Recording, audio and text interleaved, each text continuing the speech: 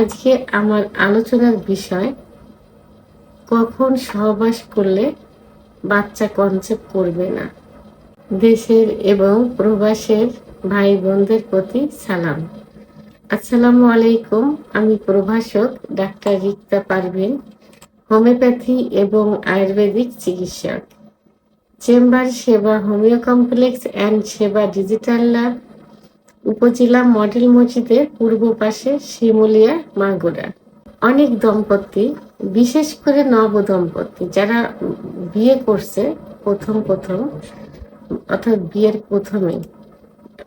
প্রথমে সাধারণত সবাই একটু রিল্যাক্সে থাকতে চায়। স্বামী স্ত্রী দুজন একে অপরকে চেনা বোঝা, ফ্যামিলির সঙ্গে অ্যাডজাস্ট করা, নিজে একান্তভাবে সময় নেওয়া, একটু ঘুরতে যাওয়া, যে কারণে তারা বাচ্চা নিতে চায় না। নিজেদের একটু গুছিয়ে নেওয়া, সংসারটাকে গুছিয়ে নেওয়া, চাকরির সুবাদে অনেক কিছু মিলে বিয়ের প্রথম অনেকে বাচ্চা নিতে চায় না। তো সেই ক্ষেত্রে নবদম্পতিদের অনেকেই কমেন্টস করে থাকেন, জানতে চায় যে কখন সহবাস করলে বাচ্চা পেটে আসবে না। কারণ নববিবাহিত যারা থাকে অনেক সময় পিল খেতে চায় না, মাথা ঘরে, দুর্বল মনে হয়, বমি বমি ভাব হয়।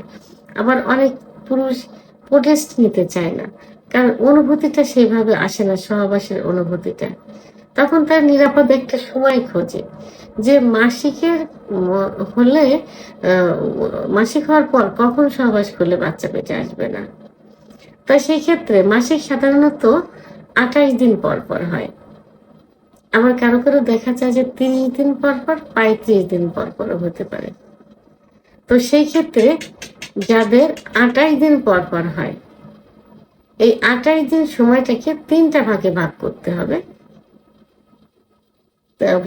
অর্থাৎ যেদিন মাসিক হবে ঠিক সেদিন থেকে পরপর 10 দিন বাচ্চা পেটে আসবে না। 10 দিন থেকে পরপর 21 দিন বাচ্চা পেটে আসবে, 11তম দিন পর্যন্ত। তাহলে মাসিকের প্রথম দিন থেকে 10তম দিন পর্যন্ত নিরাপদ। এই সময় সহবাস করলে বাচ্চা পেটে আসবে না, প্রচেষ্টা ছাড়া। আর 10তম দিন থেকে 21তম দিন পর্যন্ত সহবাস করলে যে কোনো সময় বাচ্চা কনসেপ্ট করবে। তো এই জন্য এই সময়টাতে প্রোটেস্ট অর্থাৎ কন্ডম ব্যবহার করতে হবে যারা পিল খেতে পারে না, যেসব দম্পতি অর্থাৎ ওয়াইফ। এরপরে 21 দিন চলে গেল, থাকলো 7 দিন। তাহলে লাস্টের 7 দিন আবার সহবাস করলে, প্রোটেস্ট ছাড়া সহবাস করলে বাচ্চা কনসেপ্ট করবে না।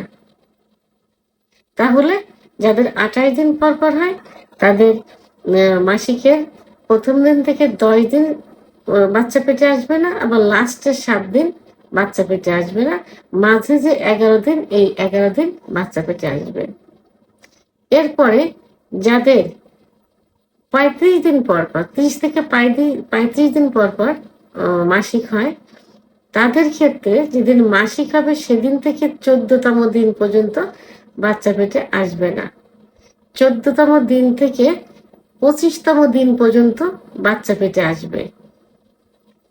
এবং লাস্টের যে 10 দিন, 25তম দিন থেকে যে 35তম দিন, এই 10 দিন আবার বাচ্চা পেটে আসবে না।